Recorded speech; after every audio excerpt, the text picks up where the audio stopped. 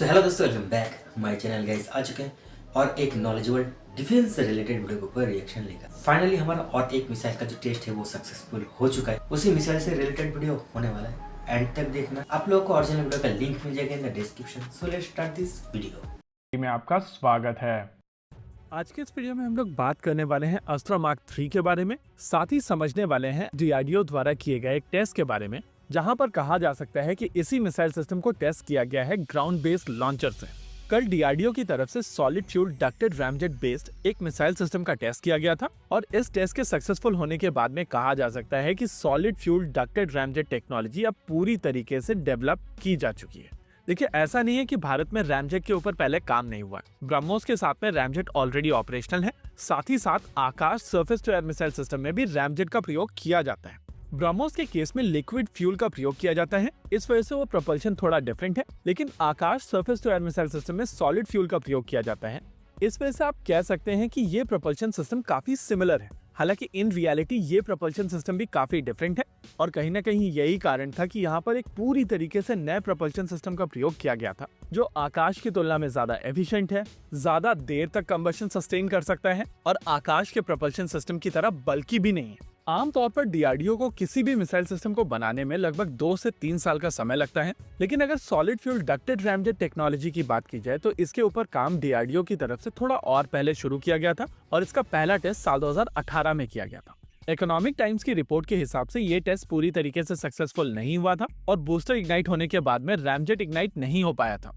इस चीज को समझने के लिए एक मोमेंट के लिए पॉज कीजिए और रैमजेट के ऑपरेटिंग प्रिंसिपल को समझ लीजिए। देखिए, रैमजेट इंजन्स में बहुत ज्यादा मूविंग पार्ट्स नहीं होते हैं और यहाँ पर ना ही किसी भी तरीके का फैन होता है, ना ही किसी तरीके का कंप्रेसर होता है और ना ही किसी तरीके की टर्बाइंस होती हैं। प्रैक्टिकली ये एक सिंपल इंजन होता है जिसमें इनलेट होता है, फ्यूल इंजेक्टर्स होते हैं, फ्लेम को होल्ड करने के लिए फ्लेम होल्डर होता है और एक नोजल होता है। इस इंजन को स्टार्ट करने के लिए पहले इस इंजन को एक स्पेसिफिक स्पीड तक ले जाना होता है, जिससे काफी तेजी से इसके अंदर हवा जाने लगे। एक बार इसके अंदर हवा काफी तेजी से जाने लगती है तो फ्यूल इंजेक्टर्स हवा के साथ में फ्यूल को मिक्स कर देता है, फ्लेम होल्डर की मदद से वहां पर कंबशन होती है और नोजल से ये गर्म हवा बाहर निकल जाती है, जिसके चलते ये इंजन और ज्यादा तेजी से मूव करता है और ओवरऑल पूरा का पूरा सिस्टम मूव करता है। यानी कि इन शॉर्ट, इस इंजन को स्टार्ट करने के लिए आपको इसको एक स्पेसिफिक स्पीड तक ले जाना होता है और इस इनिशियल वेलोसिटी को अचीव करने के लिए एक सॉलिड रॉकेट मोटर का प्रयोग किया जाता है, जो इसको इनिशियली बूस्ट करता है। इकोनॉमिक टाइम्स की रिपोर्ट के हिसाब से पहले टेस्ट के दौरान ये बूस्टर पूरी मिसाइल सिस्टम को उस स्पेसिफिक स्पीड तक ले जा नहीं सका था जहां पर रैमजेट ट्रिगर होता, लेकिन ये परेशानी कोई बड़ी परेशानी नहीं थी और इसी वजह से साल 2019 फरवरी में इसका एक और टेस्ट हुआ जहां पर ये मिसाइल सिस्टम पूरी तरीके से सक्सेसफुली लॉन्च की गई थी और रैमजेट भी ट्रिगर हुआ था। साल 2021 में इसका एक और टेस्ट किया गया था, फिर 22 में इसका एक और सक्सेसफुल टेस्ट हुआ था और इस टेस्ट के बाद में इसके प्रोपल्शन सिस्टम को पूरी तरीके से सक्सेसफुल मान लिया गया था। हालांकि इस पॉइंट ऑफ टाइम तक इस मिसाइल सिस्टम का प्रोपल्शन सिस्टम ही टेस्ट हुआ था और वही वैलिडेट हुआ था।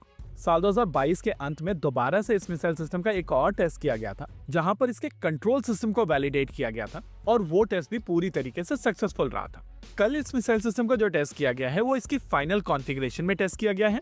यहाँ पर propulsion system, control system, Sikar assembly, data link और एक्चुएशन तक हर कुछ यहाँ पर वैलिडेट किया गया है और कहा जा रहा है कि ये इस मिसाइल सिस्टम का फाइनल ग्राउंड बेस्ड टेस्ट है, जिसके बाद आने वाले समय में इसकी एयर टू एयर मोड में टेस्टिंग शुरू की जाएगी।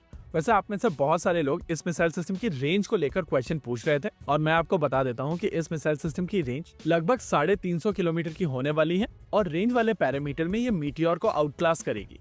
इस मिसाइल सिस्टम का रैमजेट स्पेसिफिक इंपल्स मीटियोर से लगभग 20% ज्यादा है और अगर आप कंजर्वेटिव नंबर्स भी देखना चाहें तो इसकी रेंज मीटियोर की तुलना में 10 से 15% ज्यादा होगी। प्रैक्टिकली इस टेस्ट के बाद में कहा जा सकता है कि हम लोग एक स्टेप क्लोज आ चुके हैं अस्त्रा मार्क 3 को लेकर और इसी वजह से कहा जा सकता है कि इस मिसाइल सिस्टम के पूरी तरीके से डेवलप होने के बाद में लॉन्ग रेंज पर एनिमी के फाइटर जेट से लेकर रिफ्यूलिंग टैंकर्स तक और एयरबॉर्न अर्ली वार्निंग सिस्टम्स तक कोई भी सिस्टम हवा में सेफ नहीं रहेगा। इसी के साथ आज के इस वीडियो में रखते हैं केवल इतना ही। तो दोस्तों, वीडियो तो खत्म। वीडियो बहुत ही नॉलेजेबल था गाइस, बहुत कुछ जानने को मिला वीडियो से।